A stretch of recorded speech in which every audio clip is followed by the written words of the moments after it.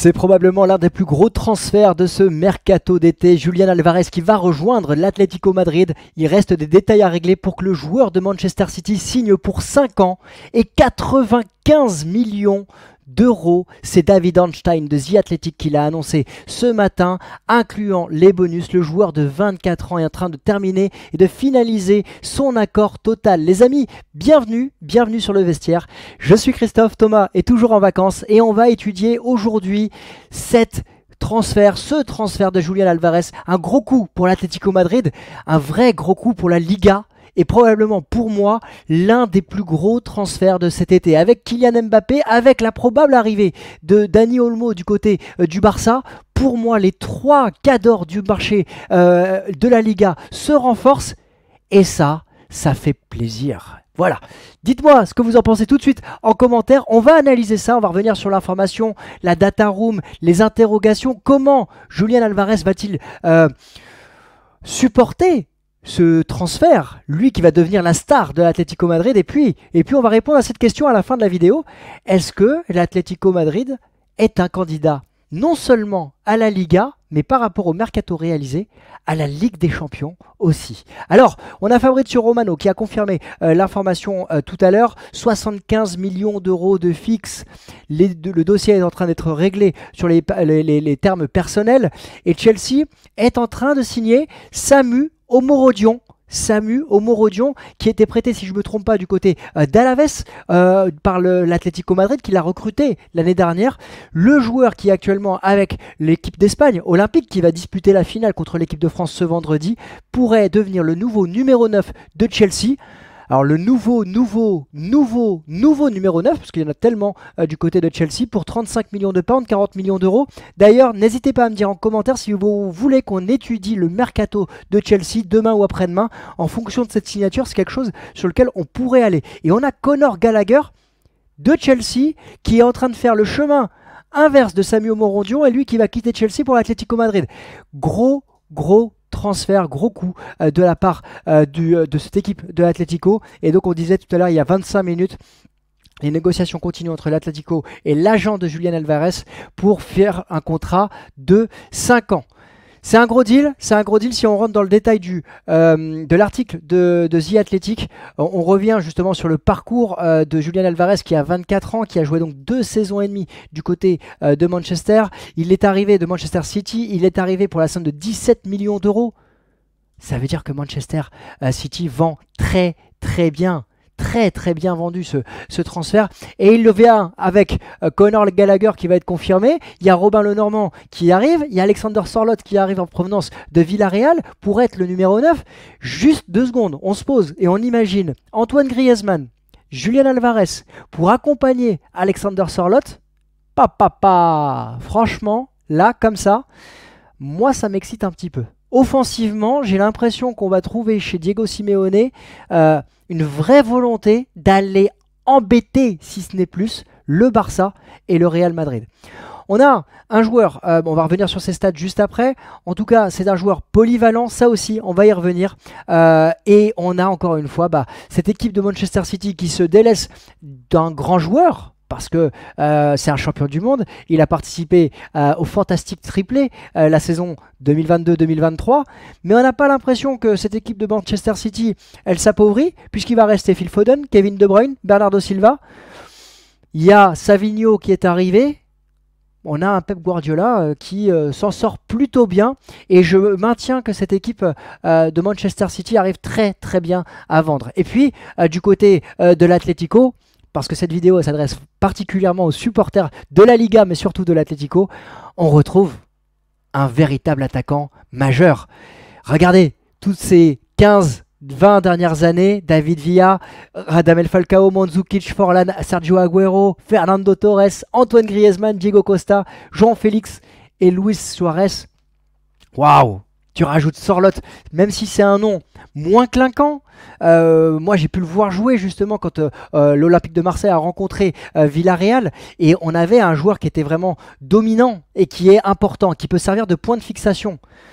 On ne l'a pas étudié précisément sur la chaîne, mais on a aussi ici une multiplicité de risques qui va être apportée par la tactique et par le système de Diego Simeone qui est très plaisante. Alors, on va justement passer désormais à ce mercato. On a João Félix qui est également revenu. On reviendra sur, voilà, au niveau de la densité offensive. On a Angel Correa également. On a Giuliano Simeone, le fils de Diego Simeone, qui a été annoncé restant. On a Antoine Griezmann. Il y a une vraie profondeur de banc qui me paraît très intéressante. On va passer à la data room. La data room, c'est quoi? C'est les informations statistiques que l'on se doit de connaître pour se faire un premier avis sur le joueur et pour étudier finement quel est le joueur. Et donc déjà, en termes de palmarès, pour le joueur de 24 ans, on a déjà tout gagné du côté de Julián Álvarez. C'est fou, c'est fou. On va revenir après sur sa cote à 90 millions d'euros, la cote qui a réellement évolué depuis ces dernières saisons, ces 2 dernières saisons. Il est arrivé en provenance de River Plate, il mesure 1m70, il est droitier, il est géré par Fernando Hidalgo, ancien agent de Diego Milito. Il a un contrat qui se termine en 2028, qu'il avait prolongé il y a un peu plus d'1 an. C'est aussi pour ça que sa valeur marchande a nettement augmenté. Il était arrivé en provenance de River Plate il y a 2 ans et demi. Pour la somme, on a dit 17 millions tout à l'heure. Avec bonus, c'était peut-être 21 millions d'euros. On a un joueur qui, sur la saison 23-24 avec Manchester City, a marqué 19 buts et 13 passes décisives pour 54 rencontres. 19 buts et 13 passes d'ess, c'est beau, c'est bien. Mais moi, ce que j'aime ici, c'est de comparer aussi avec le nombre de minutes. 3481 minutes. Il a joué en moyenne 66 minutes par match. 66 minutes par match, et on reviendra tout à l'heure sur sa polyvalence, justement la faculté de pouvoir jouer à différents postes. Bon, peu à droite, mais dans l'axe, regardez, et on l'étudiera précisément. 66 minutes par match pour ces datas-là, c'est fantastique. C'est une vraie pépite, c'est un international argentin. Il a remporté la Coupe du Monde.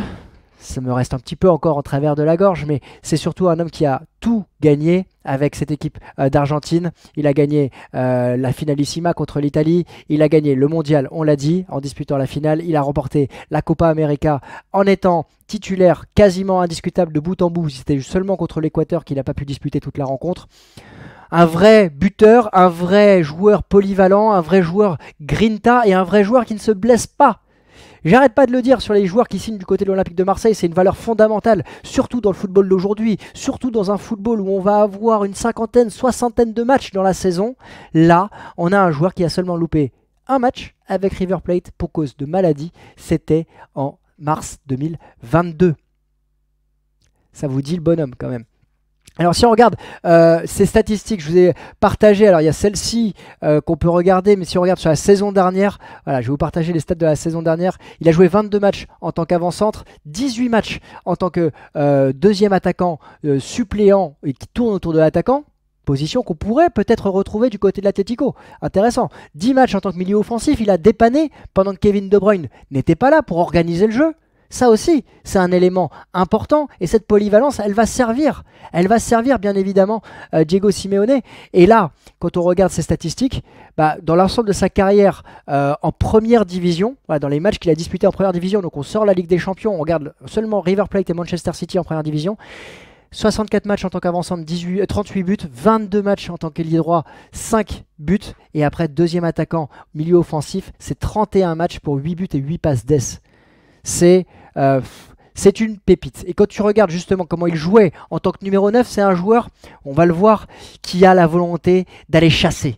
C'est un joueur qui a la volonté de presser haut. Et ça, pour les fans des Colchoneros, pour les fans de Diego Simeone, c'est un élément important. C'est un joueur qui va aller, qui a la grinta, qui va mouiller le maillot, qui va se battre constamment. C'est un joueur qui sait jouer dans plusieurs systèmes tactiques devant, on va le voir juste après, à 2, à 3, en point de retrait. C'est un joueur qui arrive à prendre la profondeur et sentir le jeu. Pour moi, c'est un joueur qui va exploser du côté de la Liga, mais pas forcément exploser dans le sens terminer meilleur buteur. C'est plus un joueur qui va avoir un double-double dans sa saison, comme il l'a fait cette saison avec Manchester City, et qui va justement satisfaire tous les supporters par sa débauche d'énergie. Et ça me rend très joyeux. Je pense que vous l'entendez. Là, c'est sa heatmap. On voit la débauche d'énergie qu'il peut avoir et le côté...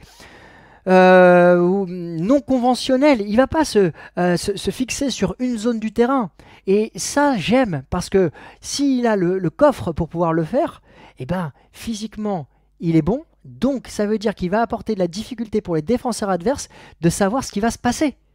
Et ça, dans le football, encore une fois, d'aujourd'hui, c'est majeur. Et enfin, on va revenir justement sur son début de saison avec Manchester City quand Kevin De Bruyne était absent.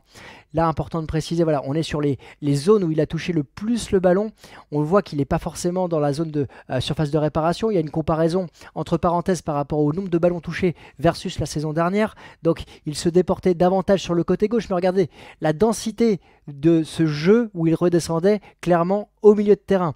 Par rapport à la saison précédente, quand l'étude a été réalisée 23-24 par rapport à 22-23, il tirait davantage, quand bien même il jouait un cran plus bas, il faisait davantage de passes naturellement et il touchait davantage le ballon. Alors c'est sûr que les touches dans la surface de réparation adverse étaient moindres, mais il créait davantage de chances.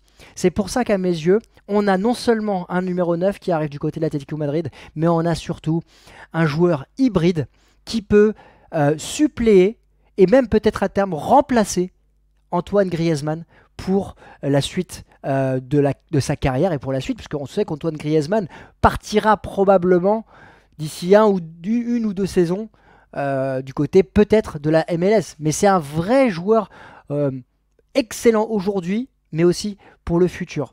Là, on le voit en Première Ligue, il a la volonté de jouer vers l'avant pour trouver Erling Haaland.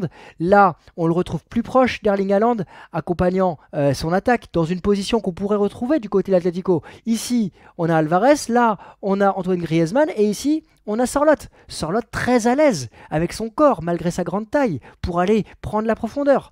On a un joueur, donc on a dit tout à l'heure, qui les chances créées entre lui et Erling Haaland, il y avait une vraie complémentarité, même si elle pouvait encore plus se développer s'il y avait eu plus de minutes entre eux. Et là, voilà les différents systèmes qui existent avec un Alvarez qui sait aussi être proche du deuxième attaquant, de son attaquant plutôt. Et s'il est proche, dans le cas où Sorloth vient à tirer et que le gardien repousse, on va avoir un joueur qui est très adroit pour pouvoir reprendre le ballon. Voilà, on a un joueur qui arrive à faire progresser par ses courses, qui a une vraie débauche d'énergie. Bref, voilà, quand on regarde les séances d'attaque de ce Manchester City en début de saison dernière sans Kevin De Bruyne, ça c'est important, sans Kevin De Bruyne, il y avait Rodri qui était le numéro 1 et on a Julian Alvarez qui était le joueur numéro 2 par rapport au tir, aux chances créées et l'implication pour arriver à un tir. Je pense que j'ai rarement été aussi enthousiaste pour un joueur qui signe parce que c'est vraiment un joueur complet. Et là, voilà, sa faculté de pouvoir presser haut, le contre-pressing. Je pense qu'on va avoir une équipe de l'Atlético Madrid qui va être assez sympathique la saison prochaine. Alors, si j'ai des interrogations, il y en a quelques-unes naturellement, mais elles sont pas liées à lui. Elles sont liées de manière plus générale à un transfert. La première question, c'est comment va-t-il assumer un aussi gros transfert? Alors, il n'est pas le plus gros transfert de l'histoire de l'Atlético. Si je ne me trompe pas, je crois que c'est João Félix autour des 100-120 millions d'euros. Là, il va être à 95 millions d'euros, bonus inclus, mais il va falloir digérer ce transfert. Donc ça, c'est un premier point. Il va, par le poids de ce transfert, devenir la star de l'équipe. C'est la star de l'équipe, clairement. Comment va-t-il s'acclimater? Comment va-t-il prendre ce rôle et trouver justement une place dans cet effectif? Alors après, il n'y a pas d'inquiétude particulière à avoir. On a un Diego Simeone qui va vraiment bien l'intégrer. On a Antoine Griezmann qui est très proche des Sud-Américains habituellement. On a un Alexander Sorloth qui va aussi vouloir s'impliquer dans son intégration. Voilà. Et puis on a un Conor Gallagher aussi qui arrive avec son background en Première Ligue. Donc pas d'inquiétude, mais il y a toujours un point d'interrogation. Comment va se passer la cohabitation avec Antoine Griezmann? Quand bien même le joueur français apprécie les Sud-Américains, il y a un message qui est envoyé de par la direction de l'Atlético, c'est voilà, on a, je pense, moi c'est mon avis, on a ton remplaçant qui arrive. Donc il y a une cohabitation qui va exister, je pense qu'elle sera saine, mais ça reste un point d'interrogation. Après, dans son intégration globale sur la Liga, je pense qu'on a un joueur qui va très vite trouver ses marques et qui va très vite remplir de joie les nombreux supporters de l'Atlético Madrid. Alors, si je dois donner mon avis sur ce joueur, je pense que vous l'avez compris, c'est un grand oui. Je suis très satisfait de voir Julián Álvarez arriver du côté de l'Atlético. Je trouve que c'est une équipe qui va lui correspondre parce que lui, il a besoin de franchir un palier, il a besoin de devenir indépendant, il a besoin de grandir. Il était dans une équipe très collective avec Manchester City, mais il n'était pas un titulaire à part entière. Là, il va et il doit le devenir. Il doit faire partie de ces éléments déterminants qui doivent permettre, à mes yeux, à l'Atlético Madrid de pouvoir aller titiller le Barça et le Real pour une place de champion d'Espagne. Ça, c'est le premier point. Quand tu vois Robin Lenormand, quand tu vois Conor Gallagher au milieu de terrain, quand tu vois les deux recrutements en attaque, c'est un par ligne et c'est des bonhommes. Robin Lenormand, même si il a des difficultés aériennes parfois, ça reste quelqu'un qui arrive galvaniser son titre de champion d'Europe. Conor Gallagher, joueur formé du côté de Chelsea, qui a explosé en étant prêté, qui est revenu et qui n'a pas voulu prolonger. C'est un gros coup pour lui de changer d'équipe, mais c'est une valeur sûre au milieu de terrain. Sorloth connaît la Liga, et Julián Álvarez arrive tout auréolé de sa Copa América, et en étant champion du monde. Avec un Antoine Griezmann qui va vouloir être cohérent et être le lion de ces nouveaux, je pense qu'il y a moyen de se marrer et d'aller titiller justement les deux cadors de la Liga, d'aller chercher un titre qui échappe à l'Atlético depuis 2021. C'était il n'y a pas si longtemps, mais ça reste quand même il y a 4 ans, 3 ans maintenant. Et puis après, dans ce nouveau format Ligue des Champions, c'est bien trop tôt pour en parler et pour faire des pronostics. On sera là avec Thomas pour en parler. Mais moi, ça me plaît, ce recrutement. Et il va falloir que la mayonnaise prenne. Mais il y a un vrai mix de puissance et d'expérience qui est en train d'être réalisé du côté de l'Atlético. Je pense qu'il y aura matière à observer de manière très précise cette équipe toutes les semaines. Voilà. Vous me direz en commentaire ce que vous pensez de l'arrivée de Julián Álvarez. Si vous êtes encore là, un petit mot pour Thomas, pour lui faire un coucou. Je pense que je sais pas s'il lit les messages, en tout cas les commentaires, mais quoi qu'il arrive, je serai là pour lui passer le message et lui dire. Donc n'hésitez pas à écrire Thomas, bonnes vacances Thomas en commentaire. Nous, on va se retrouver demain ou après-demain en fonction de l'actualité.